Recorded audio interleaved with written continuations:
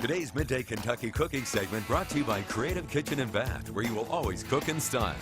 All right, welcome back to Midday. We are here at Wild Time with Chef Allison Davis. Hey. Now, it's game time again. March Madness is here. A lot of people are watching games all day long, may not have time for full meals, so you are here to save the day. And whether or not your favorite team has wins or has lost, you're going to enjoy some great food. Because you're still going to be hungry. Right? No matter what. Stress eating. You might even emotionally eating. Yeah, exactly. If your team didn't make it through. Yeah, you might eat more. What are we making? I'm making some meatballs, but instead of just kind of your everyday meatballs, we're going to kind of make them a little like sticky Asian with Korean sauce. Ooh, I like it. So a Yeah, little kind or of inspired sauce, Yeah. I should say, because I never stick to one true format, I guess. It's more fun that way. So what I'm doing right now is just making a meatball and just kind of seasoning it up. You could do breadcrumbs and whatnot if you want, but this is just going to be meat with a little bit of extra seasoning. So I'm using Chinese 5-spice and then a little bit of coriander. And this is just ground beef?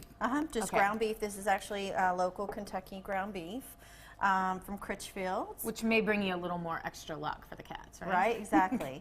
A little cumin, Chinese 5-spice, and coriander, 3 C's, funny enough. We're going to do salt and pepper. I added a little onion and garlic. And really, it's just to season the ground beef so it just doesn't taste, bland. Exactly. Well, what makes the difference between an Asian-inspired meatball and your run-of-the-mill regular Well, meatball? for this, I think the Chinese 5-spice is really going to be the key because it's going to stand out because it's got cinnamon, clove, fennel, black pepper, so it's got some interesting spices. It smells good. You can smell it from kind here. Kind of a sweet and savory combo. But really what's going to bring the Asian flavors is in the sauce, which we're going to like kind of roll it and then toss it in the sauce. Gotcha. Once we get these meatballs in the oven. So I'm going to kind of work these and then we're going to roll these into some just, kind of quarter size meatballs.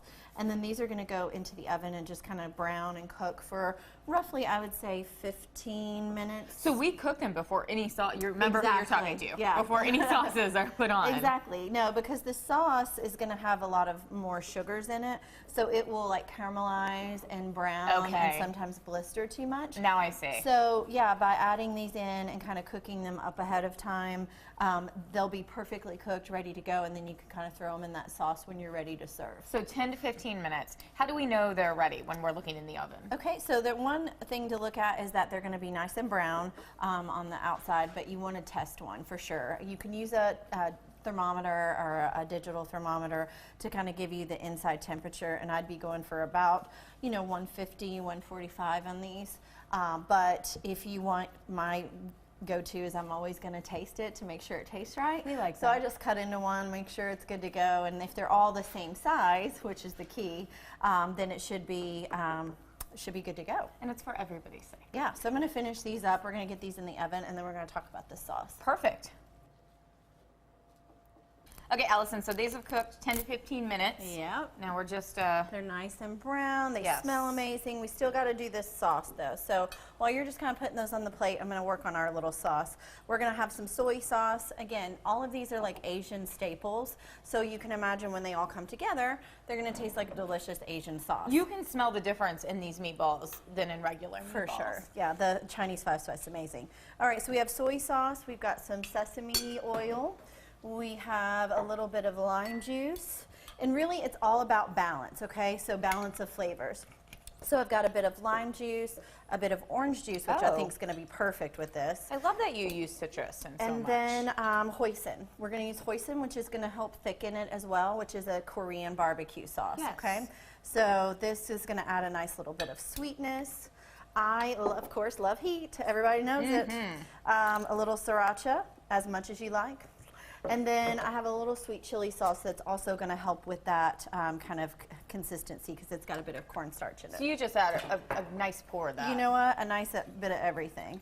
And then literally try this if you like any kind of Asian flavors. You got a little sweet, salty, spicy. Oh, yum. And I can definitely taste the Sriracha. That's ready so good. to go. And then honestly, you could toss these in it or just pour, you know, that barbecue sauce right over the top like that. It makes a really pretty plate as well, It which sure you does. don't ever think of with meatballs. All right, guys, you know where to find this recipe. You can go to middaykentucky.com/recipes tab. All, I think, by me or some of our friends like Critchfield Meats and Amanda Nybert. You guys will be right back.